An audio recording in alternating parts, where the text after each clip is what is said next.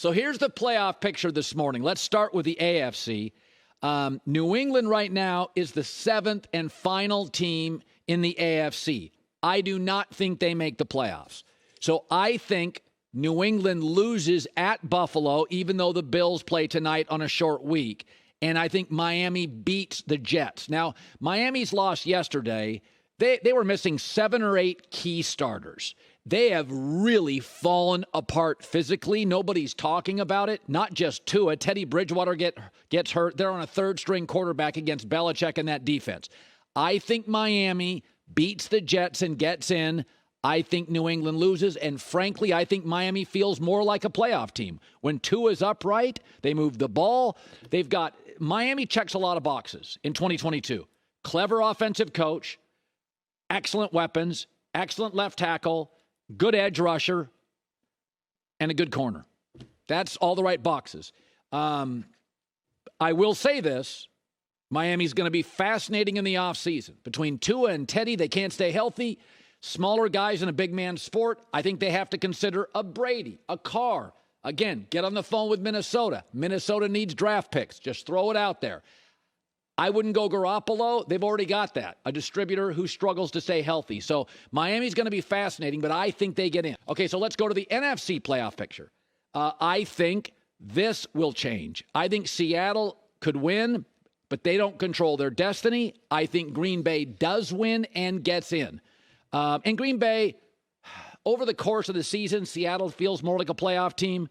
But in the last month, and we always talk about, there's 3 seasons. Pre-Thanksgiving, post-Thanksgiving, and playoffs. Post-Thanksgiving, Green Bay feels like a playoff team. Didn't early, bad early, not late.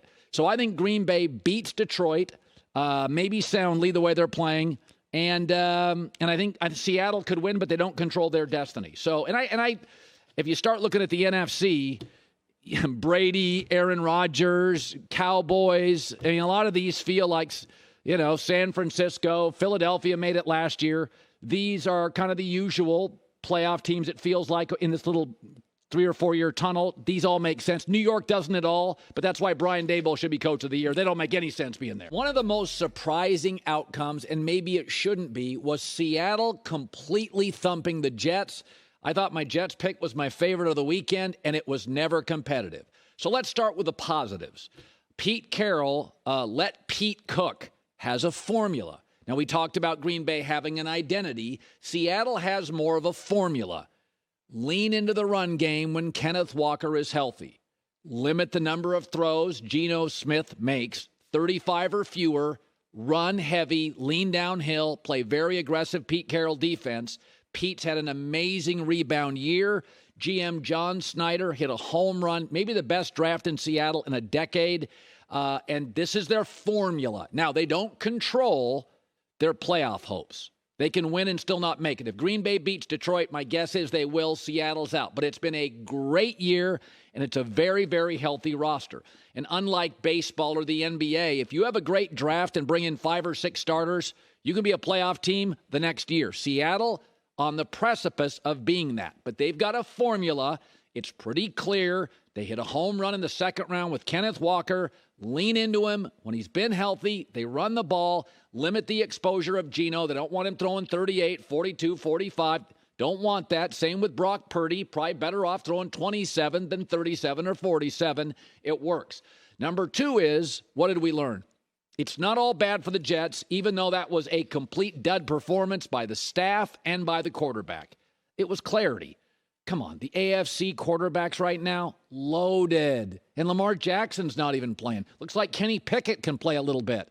Mike White's not the guy. He's just not the guy. He's a great backup. And the Jets roster, to me, above average. They have the number 1 corner in the league, a top 5 to 7 defensive front. Breece Hall will get healthy, a star running back. I think their offensive line will get healthier. A couple of guys on that I like. They're a veteran quarterback and a left tackle away, in my opinion, from being a playoff team. Is Robert Saleh the right coach? Well, he's done a great job with the defense. That's his side of the ball. The GM missed at quarterback and missed at left tackle, but it's not an exact science. He's also had a lot of hits. Derek Carr's on the market. I'd go after him yesterday. Garoppolo's on the market. I'd consider it. Probably not. Tom Brady, probably on the market. By the way, I'll throw this out there. I know it sounds crazy. I'd give Kirk Cousins a call. I think Minnesota is worn out. 2 biggest games of the year, he was awful. He was awful. This team has a lot of good players. This isn't the Giants where they're pretending Daniel Jones is great and they have a rebuild roster. This is a really good roster. This is a really good roster. Left tackle, quarterback. But yesterday is a great example. To get clarity, sometimes it's painful. Come on, Jets. Burrow, Herbert. What if Carr stays? Mahomes, Josh Allen, Lamar comes back. Mike White?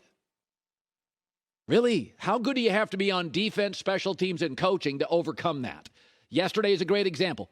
Biggest game of the year. Engulfed. Over his skis. Not ready. It's okay. We got 5 great quarterbacks in the NFL that are young and in their prime, and probably 4 to 5 other ones that are really, really good, not in their prime. Mike White's not the guy. Hi, everybody. Thanks for watching. Subscribe here to get the latest from the show.